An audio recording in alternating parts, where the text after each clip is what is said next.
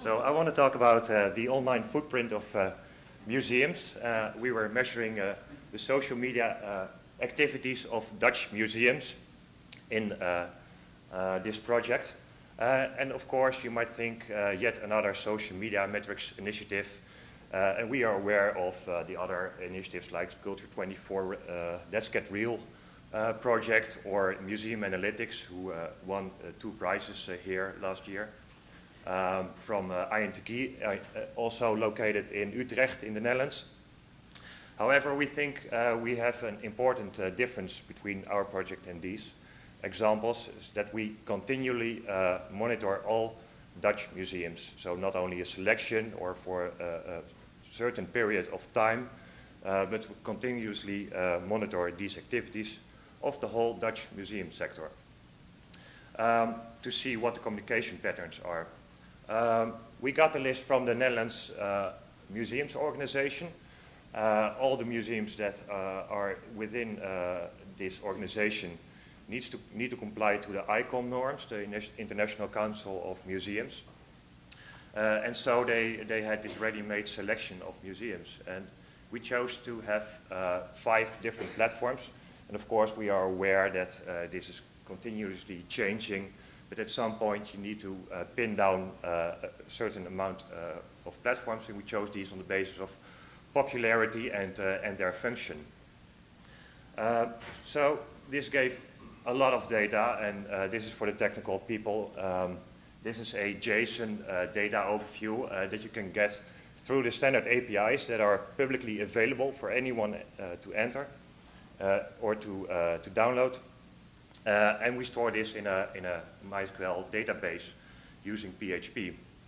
So currently we have over 500 museums stored, and you get all kinds of simple statistics like this many tweets or that many posts or anything like that. And of course that is already interesting to know. However, we were also interested in different kind of communication platforms, patterns, I mean.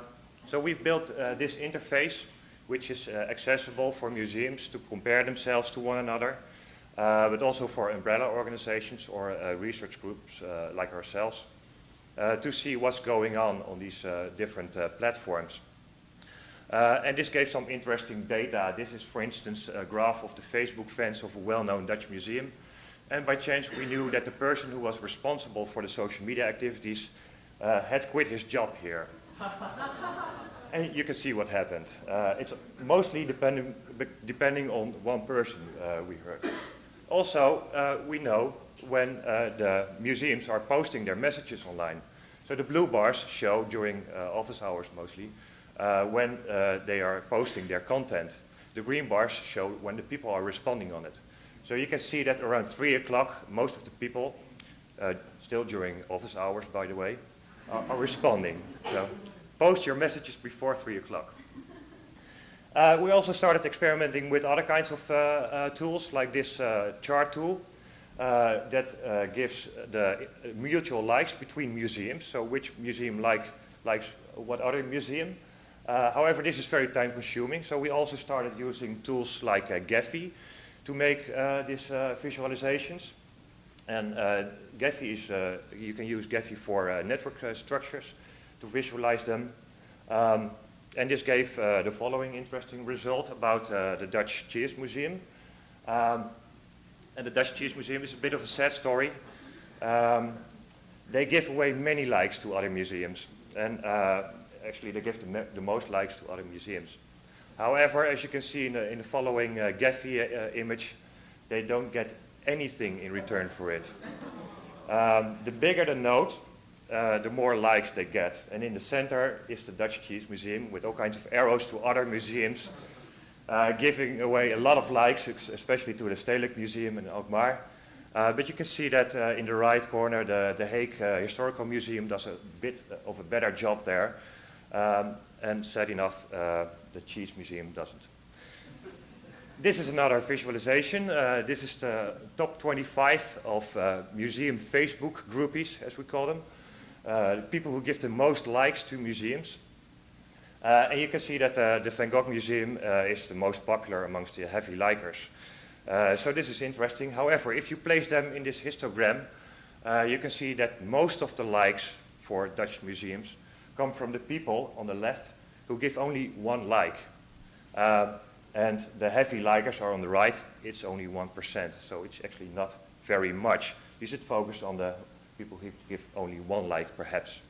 So it looks a little bit, it's not really the same, but like the good old 1% rule, where only 1% of your audience will actively, heavily contribute to your activities, and the rest are intermediate contributors, or as they call them here, lurkers. So this is all quantitative data that I've presented here. What about the qualitative data? We have tons and tons of tweets and Facebook messages and YouTube comments stored. However, as you all might know, analyzing this data is much harder than analyzing the quantitative data. So until now, we've only picked the low-hanging fruit and just the easy collectible data that is publicly available for anyone without cooperation of museums. And maybe in follow-up research we can also going to start analyzing the data that we have stored in our database, all the tweets and stuff. So if you like to know more about our research, other projects also, you can go to crossmedialab.nl to see about these projects. Unfortunately, most of the documentation of this project is in Dutch. But on crossmedialab.nl it's in English. Thank you very much.